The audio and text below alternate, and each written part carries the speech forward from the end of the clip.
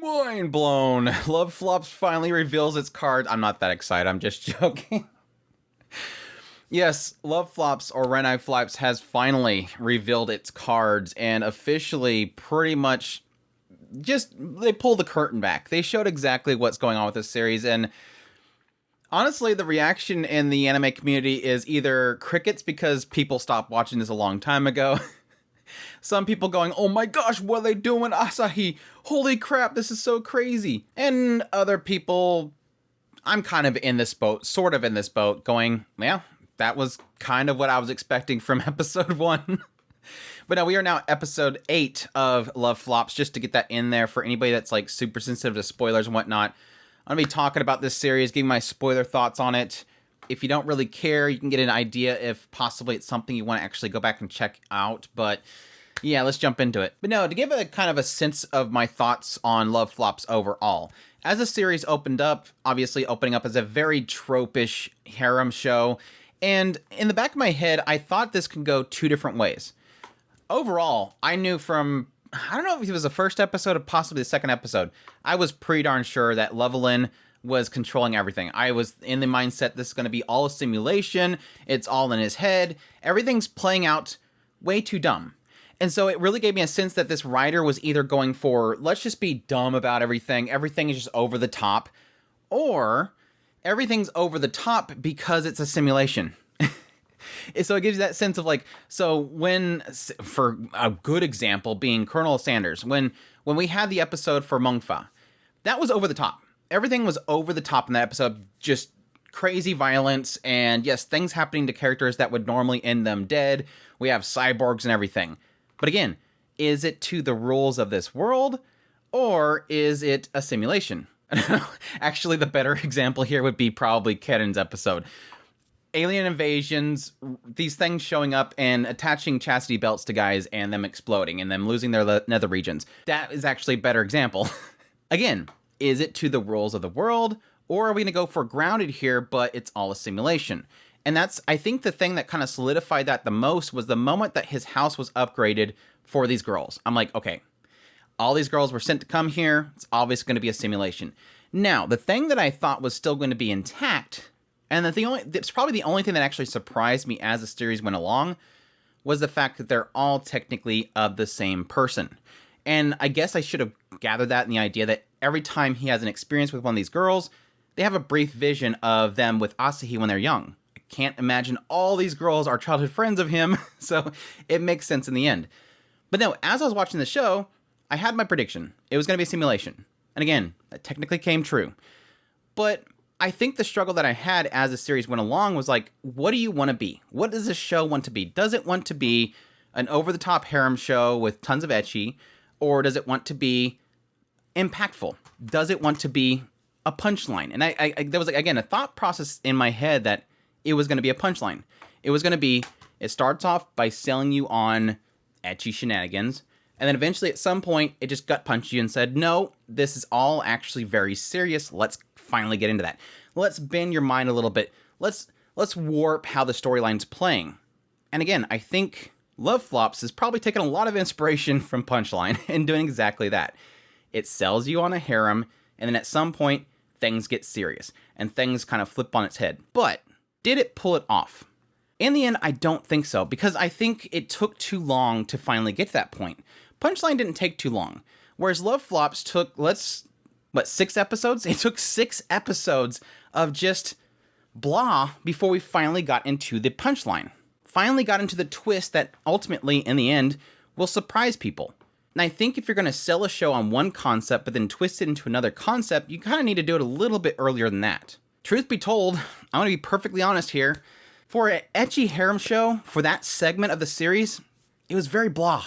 And honestly, it felt like they were trying to push the edge. They were trying to make it over the top. They were trying to push the boundaries of what would be allowed. And they pulled it off here and there, but for the most part, it felt very, I don't know, Western ecchi. It felt very Western in its edginess with the ecchi elements. And unfortunately, it falls apart.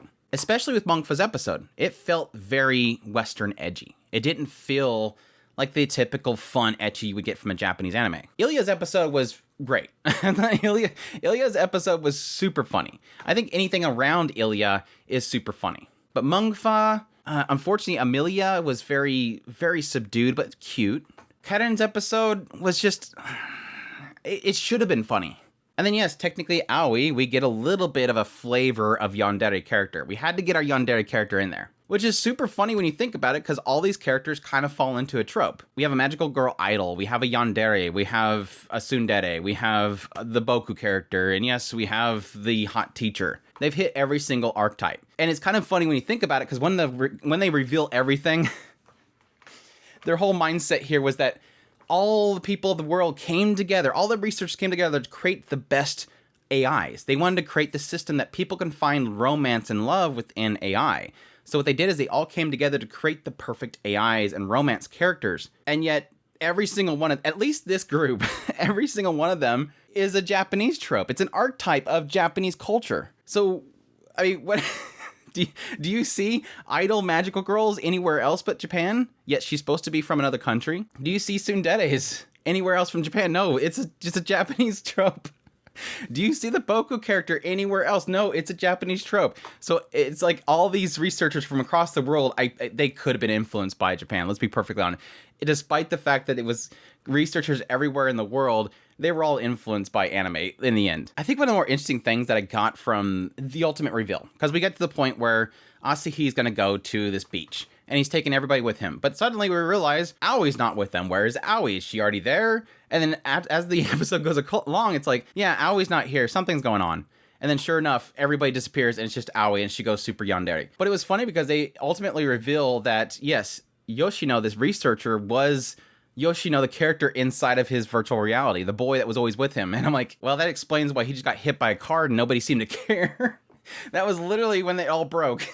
So it was nice that despite the fact that I felt like that was the most out of place, violent thing that happened in the show, it's like, oh, well, there's a reason for that. But yes, eventually they reveal that, yes, Aoi's, I guess, the most purest sense of it, but technically all these girls are AIs created from the mind of this girl named Aoi, this childhood friend of Asahi. And yes, as he's finally pulled out of this world, as it all kind of falls apart, he's not come to grips too well with the idea that this has all been kind of fake. Which, I think this is where we have the break for me personally. The breaking point for me personally in really kind of feeling for Asahi is the fact that now that Yoshino is explaining to him everything you experienced so far is a simulation. It was all a virtual world. They were all AIs that you were getting to, know. You were a part of this project that is testing out these new romance characters. And yes, over time, you got to meet them, you show them what love is, and they expressed love to you. Honestly, if the AIs were taught love by him by this very brief moment of them being together, that's going to be some terrible AI technology. But again, I think that's an element of they weren't necessarily blank characters that he taught love. They were girls that already knew who Asahi was deep down inside, and they fell in love with him based on that. But yeah, anyways. And he can't, here's what kind of ruins it. He can't accept that. He's upset. No, these are real girls. They were real. I was with them and everything. And it's like, but you didn't really show that you cared too much for these girls. Yes, he had like a limited experience with each one of them. He had an episode to deal with something with each one of these girls. But in the end, it didn't feel like he cared to be around them. All the way until the very end, even the beach episode, didn't feel like he was really connected with these girls. It felt like a brief moment. Now, the only thing that I think could have helped it out a little bit is that the ultimate punchline they get to in this idea that he finally realizes, oh, this was a girl from my childhood. And yes, they were all AIs from this girl from my childhood. I don't think they nailed that well enough. That, I think, was a potential chance there to really have some major impact. And now, don't get me wrong, a lot of people that watch this might have gotten a lot of impact out of it. Again, there's a lot of mixed reactions I'm getting from people in the anime community. I've heard some people going, holy crap, what Asahi's going through is insane. And I'm going, yeah, I can see it. I see it. I just don't think it was well portrayed. Showing him broken before we even see that that's what he's being broken for, that's what I struggle with. I think they should have showed us as he became broken. Not, again, show him broken and then cut to him walking to a grave. We don't get to see his mindset as it flows into this. All we get to see is that he's unaccepted of the fact that he's been pulled out of this world, by the way, there was a conversation we didn't overhear because they wanted to show us some random girl at his school looking at him, looking upset. And then finally, we find out why he's upset. But still, I think the thing that still has me sort of interested where this show can go is, yes, ultimately, how is this going to resolve? How are you going to resolve the fact that he technically has this harem that are all of the mind of this girl that is dead, that is a childhood friend? Is he just going to live in the virtual world? Are they going to, I don't know, pull a sword online and inject her inside of a robot, and that way he can live with her forever? Or is he going to give up on it? I think that would be a more interesting route to go with, honestly. Not try to figure out some way that he can forever be with this girl that he loves, but just figure out some way that he can move on from it. Because I think that's a more challenging storyline to go with, is can I move away from this? Can I move on with my life? I know she's gone. And he's still trying to grip with that. That's why he went into this whole project to begin with. He was heartbroken. And I fully understand that. I think that's terrible. But how will the story tell? Will it fluffy harem anime end it by having him get his whole harem in a virtual world? Or is it going to have him actually move on? I think the only thing that sort of raises a question mark that he could possibly move on is having some sort of reason why they would bring up some random girl from his school that shows up. This Himari girl. Like, what is the point of her going to be? Is it to try to pull him out of it before he finally realizes he wants it? Or is she going to be possibly a supplement? Is she going to be the thing that helps him, supports him to move on with his life? But let's be perfectly honest. If this show, it could possibly, I mean, we still have what? There's still 4 episodes. So honestly, it's not time for them to really get into the climax of this series. So I can totally see them spinning another 2 episodes, just having him try to move on. And I think it's going to have an ultimate point where it pulls him back in. But I think the thing that I'm most interested in is really, how does this affect the whole world? Because again, they said the big breakthrough in AI technology was the moment that this professor injected pretty much the mind of his daughter into the system. And that's what made the entire AI systems boom. So essentially what they're saying there is every teller, every shop, every screen that he goes to that has an AI on it is technically his childhood friend. Like every AI in this world is his childhood friend. So I can totally see that going really weird. Technically his house AI is his childhood friend. Who knows? This might be one of the very, very few instances where childhood friend actually wins. Again, even though she's supposed to be dead and she's an AI, unless, again, he lives his entire life in a virtual world, it's not going to work out too well. I don't know. In the end, this is going to be one of like many. I had the same problem with Punchline. Let's be perfectly honest.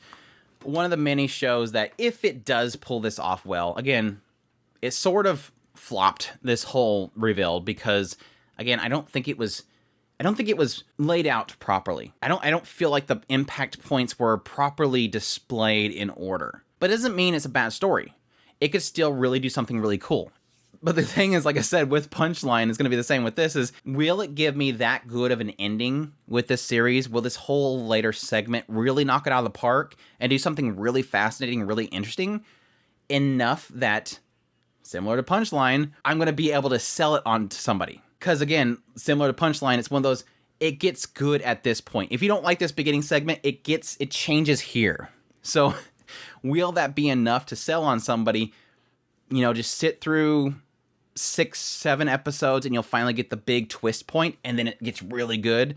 Or is it going to be one of those ones where it's like, yeah, it does something cool later on, but I don't know if you're going to be able to stomach that first 6 episodes if you don't like harem ecchi. It's not that I don't like this stuff. It's perfectly fine. Like I said, Ilya's episode was fantastic. But again, to sell it on somebody that's not looking for ecchi harem stuff is difficult when the selling point isn't that good. But no, we'll see where it goes from here. Like I said, my prediction is really that he's probably going to get with this Himari girl. She's going to probably try to pull him back into school, help him move on with his life. And then at some point, all the AIs are going to freak out and be this yandere childhood friend that wants him to come back to him. And at that point, he'll either go to the virtual world to be with her, she'll become a robot that he can hang out with, or he gives up and moves on, which I think will be a lot more interesting idea. Move on. You know, just accept that she's gone and move on with your life. So we'll see how it goes, but that's my thoughts so far on Love Flops. Hope you guys enjoyed this video. As always, if you did, make sure to hit that like button down below, comment. Let me know what you think of this twist. Did it work for you? Is it blah? Are you not watching the show because you hated the harem stuff and you're like, I might actually check it out now? Let me know. Additionally, if you're new to the channel, make sure that subscribe button so you get all my content. I do news, reviews, first impressions, top list of its anime. It's pretty much here.